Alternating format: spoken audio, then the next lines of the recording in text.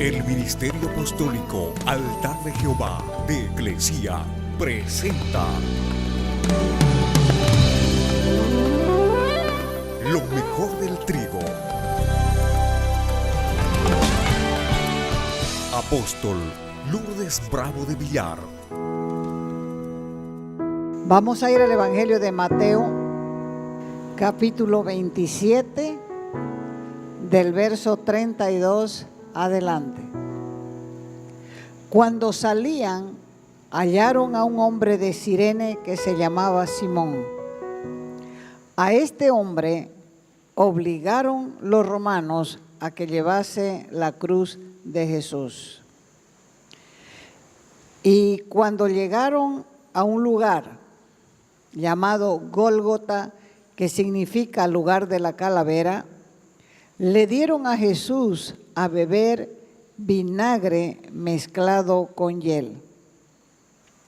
Pero después de haberlo probado, no quiso beberlo.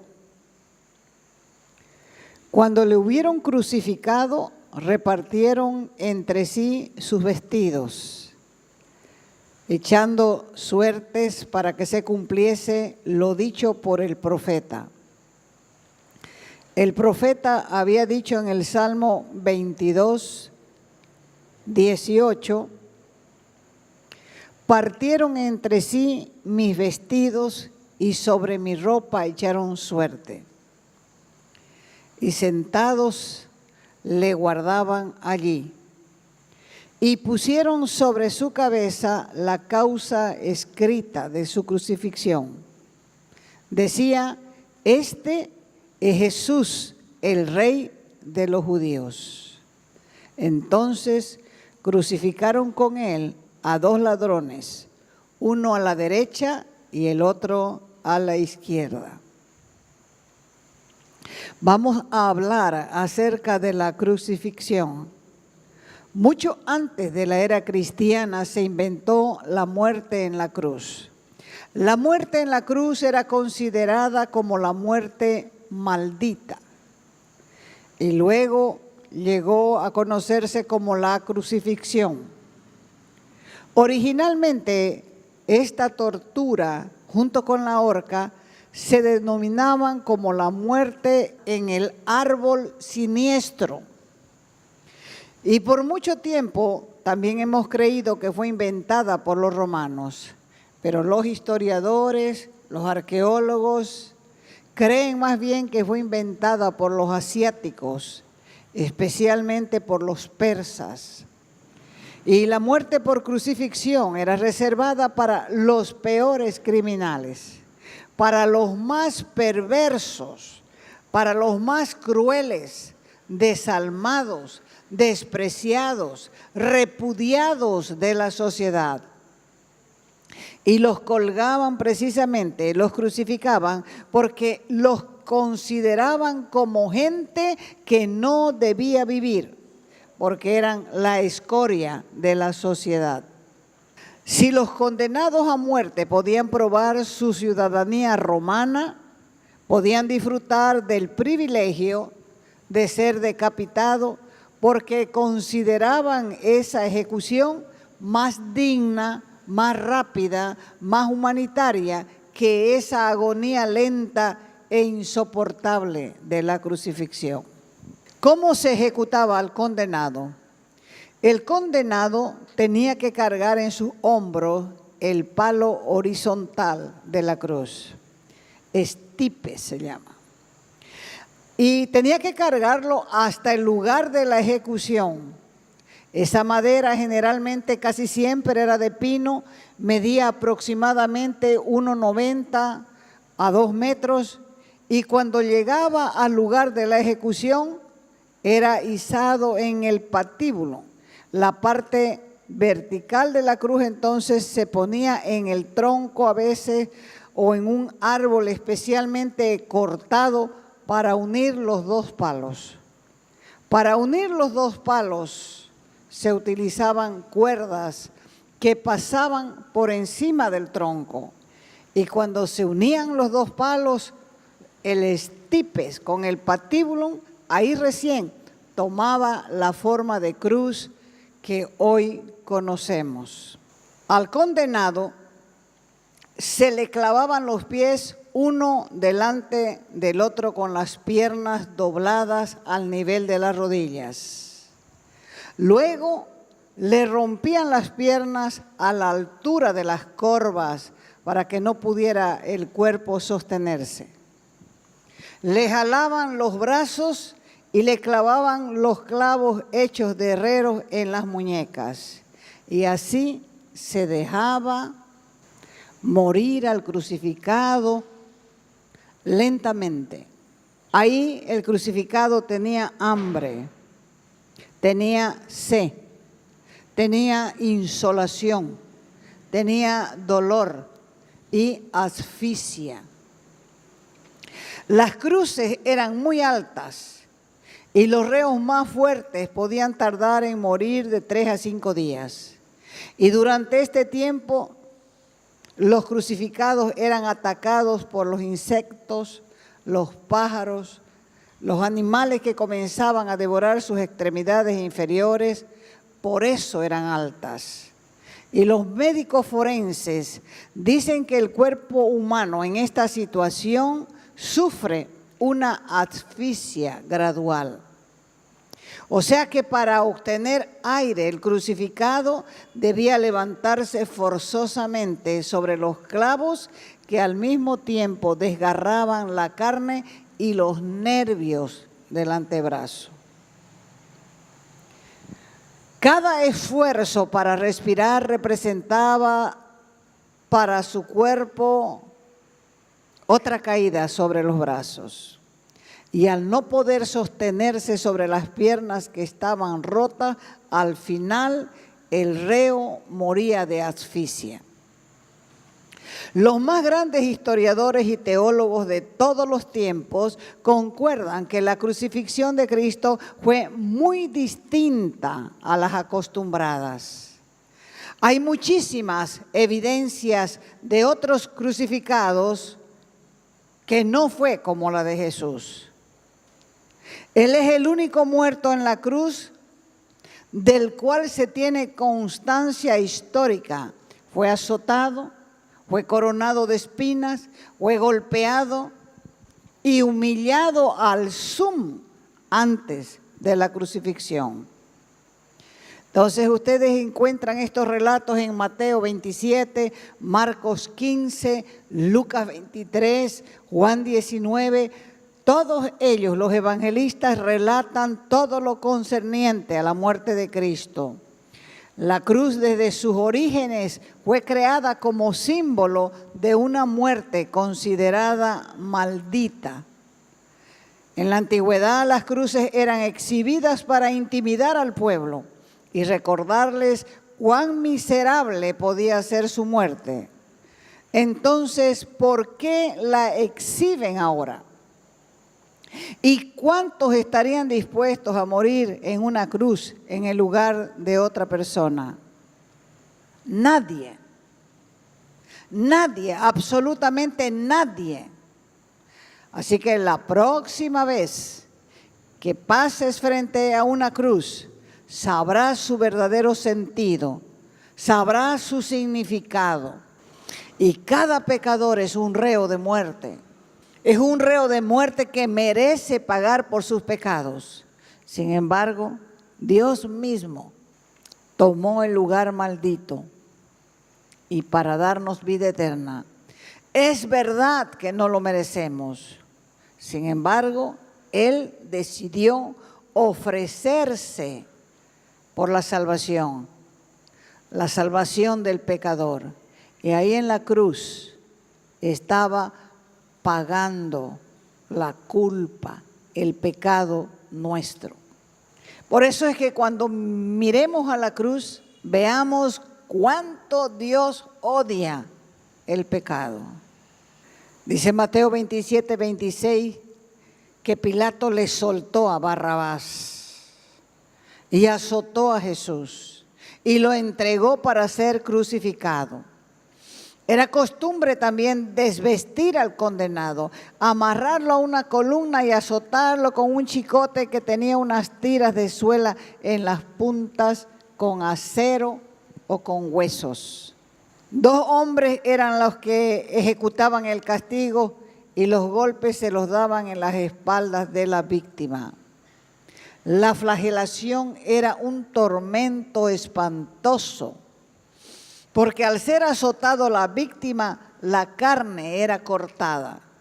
Se podían ver las venas, las arterias y a veces los órganos internos. A menudo, después de la flagelación, la víctima moría. Quizás por eso Jesús no podía llevar su propia cruz, por la gravedad del castigo. Él fue castigado en nuestro lugar. Isaías 53:5 dice: mas Él herido fue por nuestras rebeliones, molido por nuestros pecados. El castigo de nuestra paz, o sea, para que nosotros tengamos paz, Él fue castigado.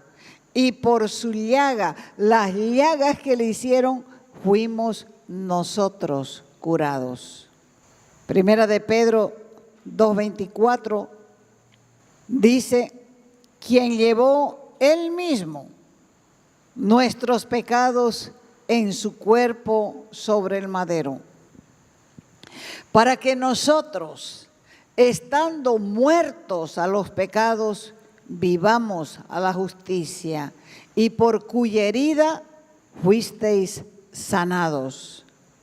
Entonces Cristo llevó el castigo de los pecados de la humanidad en la cruz, convirtiéndose en el sustituto de los pecadores a llevar sobre sí el castigo que nosotros merecíamos.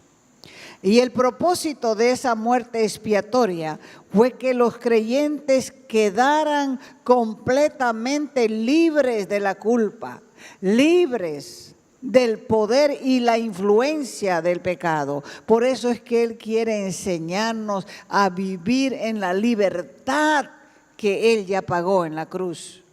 Y mediante su muerte, Cristo quitó la culpa. Mediante su muerte, Cristo quitó el castigo de los pecados de la humanidad y abrió un camino por el cual se puede volver a Dios conforme a la justicia que se recibe de Cristo, conforme a la gracia que se recibe para llevar de ahí para adelante una vida justa delante de Él. Mateo 27:28 dice: y desnudándole, le echaron encima un manto de escarlata y pusieron sobre su cabeza una corona tejida de espinas y una caña en su mano derecha.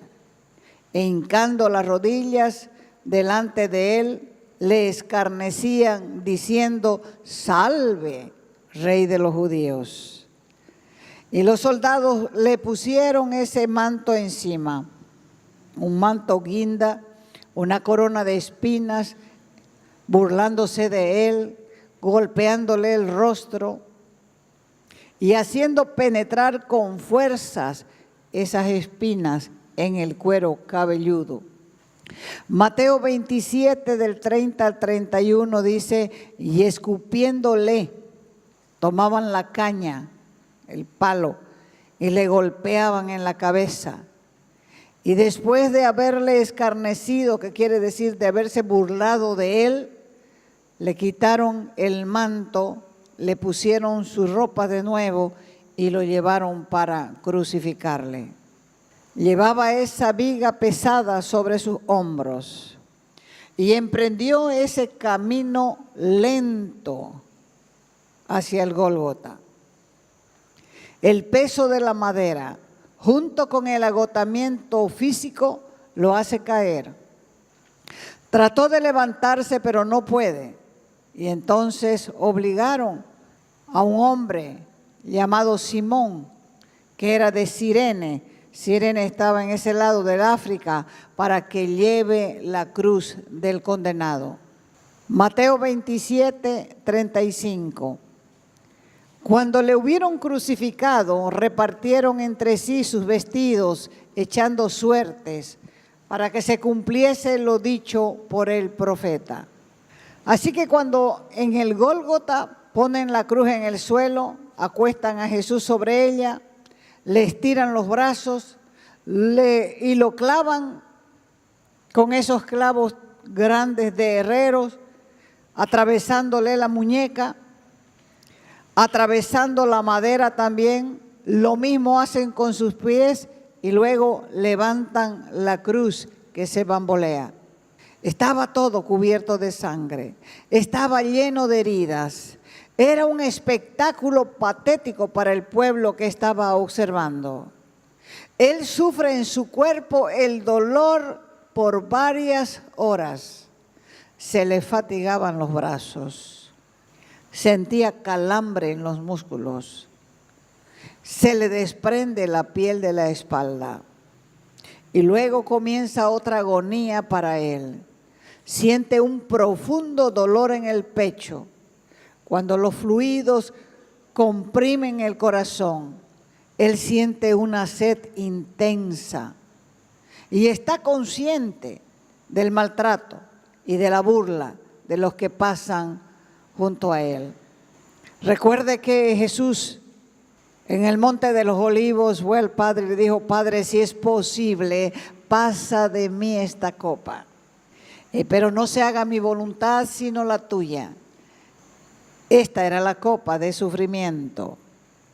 Mateo 27:46 dice: cerca de la hora novena, Jesús clamó a gran voz diciendo: Elí, Elí, lama sabactani. Esto es: Dios mío, ¿por qué me has desamparado? Estas palabras marcan el punto culminante de los sufrimientos de Cristo por un mundo perdido. Su grito en arameo da testimonio de que Él experimenta la separación de Dios. Por eso dice: Dios mío, ¿por qué me has abandonado? Él estaba ahí, era el sustituto. Él estaba cargado con nuestros pecados y Dios se separó de él. Esa es la peor tristeza. Esa es la peor angustia. Ese es el más grande dolor que siente. Es herido por las transgresiones de los seres humanos y se está dando en rescate por muchos. Por eso dice la Escritura: al que no conoció pecado, Dios lo hace pecado por el mundo pecador. Y muere prácticamente abandonado para que otros nunca seamos abandonados. Y así, mediante sus sufrimientos, Cristo redime la raza humana.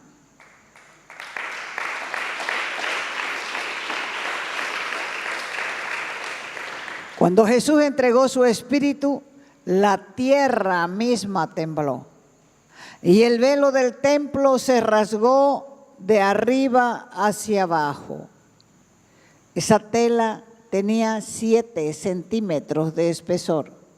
Esa tela separaba el lugar santo del lugar santísimo. Al rasgarse esa tela, esa cortina que dividía los dos lugares, significaba que el camino estaba abierto a la presencia de Dios. O sea que el velo que obstruía el camino se había roto. Mediante la muerte de Cristo fue quitado ese velo y se abrió el lugar santísimo, para que cada persona que sea lavada con la sangre del Cordero pueda ingresar a ese lugar. Pero resulta que muchos se quedan dando vueltas en el atrio, no quieren avanzar. Otros pocos logran llegar al lugar santo, pero a este lugar, al lugar santísimo, donde no puede entrar el pecado, pocos son los que logran entrar. Pero la puerta está abierta. La puerta está abierta para todo aquel que quiere. Todo aquel que quiere que entrar a la presencia de Dios puede hacerlo. Puede hacerlo. Porque Dios en su Hijo Jesucristo abrió esa puerta. Es por eso que la palabra evangelio quiere decir buenas noticias, buenas nuevas. Las buenas noticias, las buenas nuevas es que Jesús resucitó al tercer día y está vivo, deseando empezar hoy una relación contigo, pero Él no te va a obligar. Él te deja en libertad de aceptar o rechazar esta verdad. Por eso es que la decisión es personal. No tiene nada que ver con religiones, sino con relación. Para ser salvo se necesita ver y entrar en el reino. Solo el que ve el reino puede entrar en él. Y para ello necesitamos el nuevo nacimiento. Y a través del nuevo nacimiento desarrollamos una relación con Dios. Es por eso que el mundo necesita volver al mensaje de la cruz. En el siglo pasado la gente se arrepentía a gritos porque el mensaje era el mensaje de la cruz. La gente tenía convicción de sus pecados. Por eso es que necesitamos volver al mensaje de la cruz. Ese mensaje que fue cambiando poco a poco por una predicación y una enseñanza basada en la felicidad y en la satisfacción humana. Al arrepentirnos y cambiar de actitud, vamos descubriendo algo que no es nuevo, sino primitivo. Se trata del evangelio bíblico, el evangelio de la cruz, el evangelio de la gracia, el que predicaron los apóstoles hasta entregar sus propias vidas en sacrificio por lo que creían. Por eso el apóstol Pablo decía, no me avergüenzo del evangelio porque es poder de Dios para salvación de todo aquel que cree. Pero no todos pueden decir eso, porque si ellos no se avergüenzan del evangelio, el evangelio se avergüenza de ellos porque no han aprendido a vivir un evangelio de santidad. Los apóstoles predicaban lo que creían y lo predicaban sin temor al ridículo, sin vergüenza, sin temor al abandono, a la incomprensión, al menosprecio, a la burla, inclusive sin temor a la tortura y a la muerte. Jesús el Maestro lo anunció claramente. Él dijo, bienaventurados cuando por mi causa os vituperen, os difamen y los persigan y digan toda clase de mal contra ustedes mintiendo. Gócense, alégrense, porque el galardón de ustedes es grande en los cielos. Porque de la misma manera persiguieron a los profetas que fueron antes de ustedes. O sea, tal como Jesús lo dijo, lo vivieron. Y también nos invita a nosotros a vivirlo de la misma manera. Al hacer una comparación de este evangelio que ellos predicado en contraste con lo que hoy escuchamos de evangelio, es vergonzoso. Y podemos darnos cuenta que existe una clara desviación, un sincretismo de ideas, una dicotomía, que quiere decir una división o una separación entre lo que se predica y entre lo que se vive. Porque lo que se predica está basado en conceptos humanistas, para que la gente se sienta bien, para que la gente no se enoje. Así que la gente a ese evangelio del reino, a ese evangelio quiere entrar. Pero ese no es el evangelio que nos muestra la Escritura. no es un evangelio centrado en la enseñanza de Jesús, sino que es un evangelio centrado en la propia necesidad del hombre, con ideas extraídas de conocimientos positivos que no hacen otra cosa que exaltar las capacidades del hombre.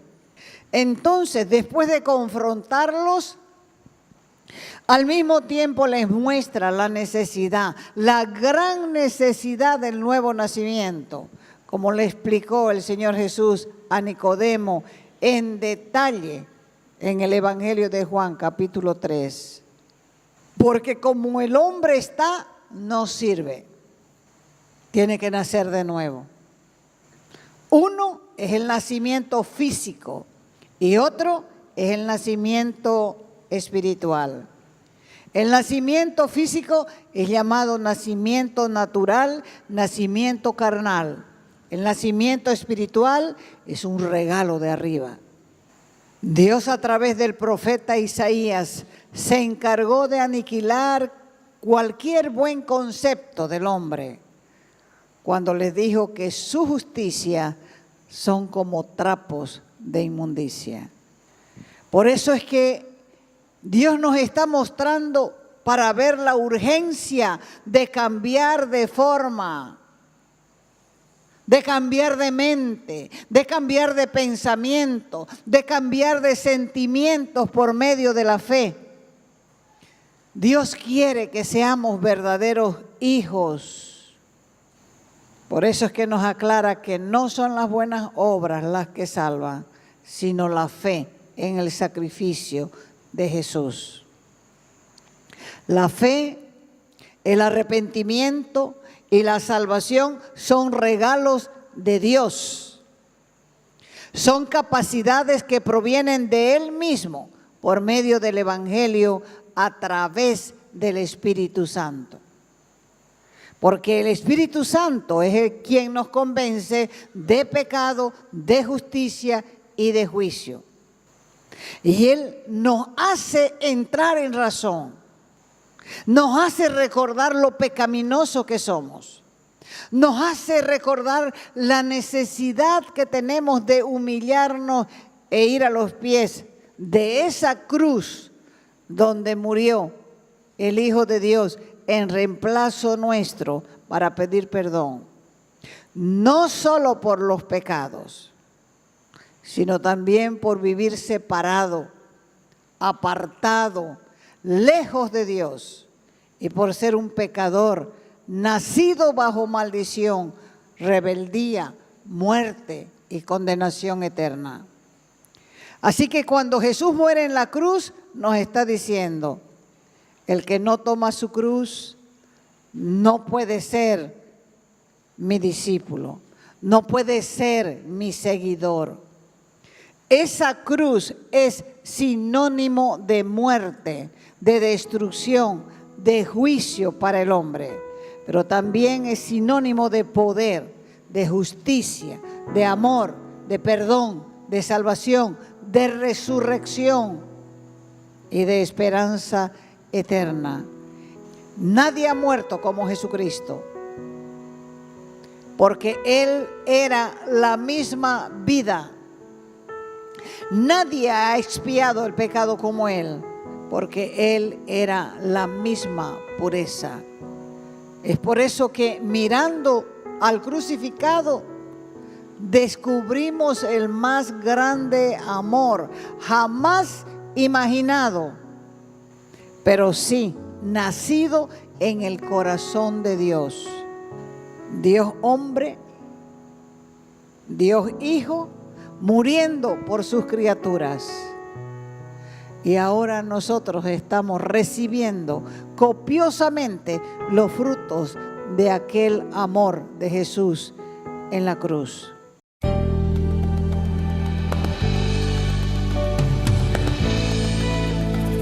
Te invitamos a nuestras conferencias los días viernes, sábados y domingos a las 20 horas y el domingo a las 10 de la mañana. Calle Nicolás Suárez, esquina Félix Pinto.